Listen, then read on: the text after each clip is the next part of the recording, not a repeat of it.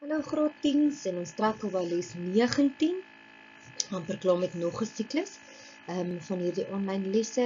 Dit kom daarom elke dag 'n stappie nader van wanneer ek jou weer in die klas kan sien en ek's baie opgewonde. Ek hoop natuurlik ook almal van julle het bygebly met al die lesse. Ek het niks gehoor van enige iemand wat sukkel om die lesse te kan oopmaak en luister of aflaai nie. As daar iemand is wat wel probleme het met data en so aan, moet jy asseblief vir my 'n boodskap stuur. Ek het nodig om beplanning te doen vir wanneer ek jou weer in die klas sien. En op hierdie stadium neem ek aan almal sien die lesse, so ek kan aangaan asof almal al die 19 lesse sover gedoen het. As jy nie by al die lesse uitgekom het nie, asseblief laat weet my sodat ek weet hoe om my voorbereiding aan te pas. Nou vir les 19 trek nader jou handboek en jou skrif waarin jy besig is om te werk en kom ons begin.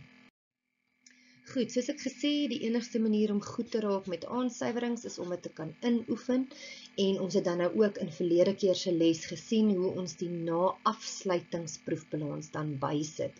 Nou ons gaan nog 'n keer oefen hoe om hierdie werk alles te doen in daardie volgorde. Eerste gaan ons 'n vooraansuiweringsproefbalans kry as ons inligting. Dan gaan ons die aansuiwerings spesifiek moet doen. Dan gaan jy in die algemene grootboek in hierdie spesifieke oefeningkie net vir my die handelsrekening doen, waar ons verkope, koste van verkope afsluit, vir bruto wins. Dan wins en verliesrekening, waar ons al die ander inkomstes gaan bytel, ander uitgawes gaan aftrek, sodat ons netto wins kry. Daardie netto wins gaan na kapitaal toe.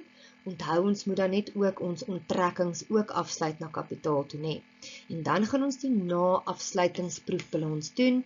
Na-afsluitingsproefbalans, dis nou van les 18 af, so dis eintlik dan net die boonste gedeelte, net die B-rekeninge wat oorbly by die na-afsluitingsproefbalans, want al die N-rekeninge is afgesluit na die verskillende rekeningkies toe, of handelsrekening of wins en verlies, en die netto wins lê nou as deel van kapitaal.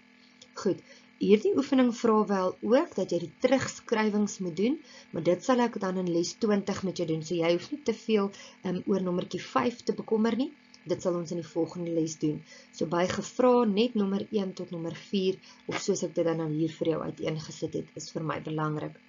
Die inligting begin dan op bladsy 288 met die vooraansuiweringsproefbalans op bladsy 289, so dis waar die inligting is.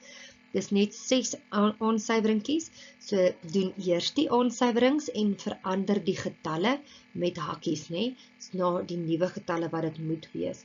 Dan doen jy die grootboekrekeninge, daardie 3, onthou net, kapitaal moet jy ook onttrekkings by afsluit, En dan, as ons dit klaar afgesluit het, doen ons die na-afsluitingsproefbalans in die volgorde van die een wat ons gekry het. Onthou net waar jou ekstra B-rekeningkies wat bykom, van die vooruitbetaalde uitgawes en daai goed, voorraad voorhande wat dit daar kan wees. En dan kan jy vir my moet onthou dan ook net dat kapitaal se getal gaan nou nuut wees, want dit was kapitaal plus die netto wins minus die onttrekkings. Ek stuur vir jou die memo op die groepie. Daar is nog genoeg tyd in vandag se lestyd om hierdie oefeningkie in klaar te maak.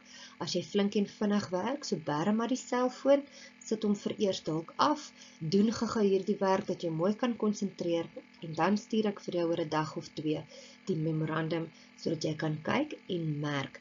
Nou mense, as jy merk en jy sien jy het nog steeds ietsie verkeerd, kyk of jy self kan agterkom uit die memorandum uit, wat is dit wat jy verkeerd gedoen het.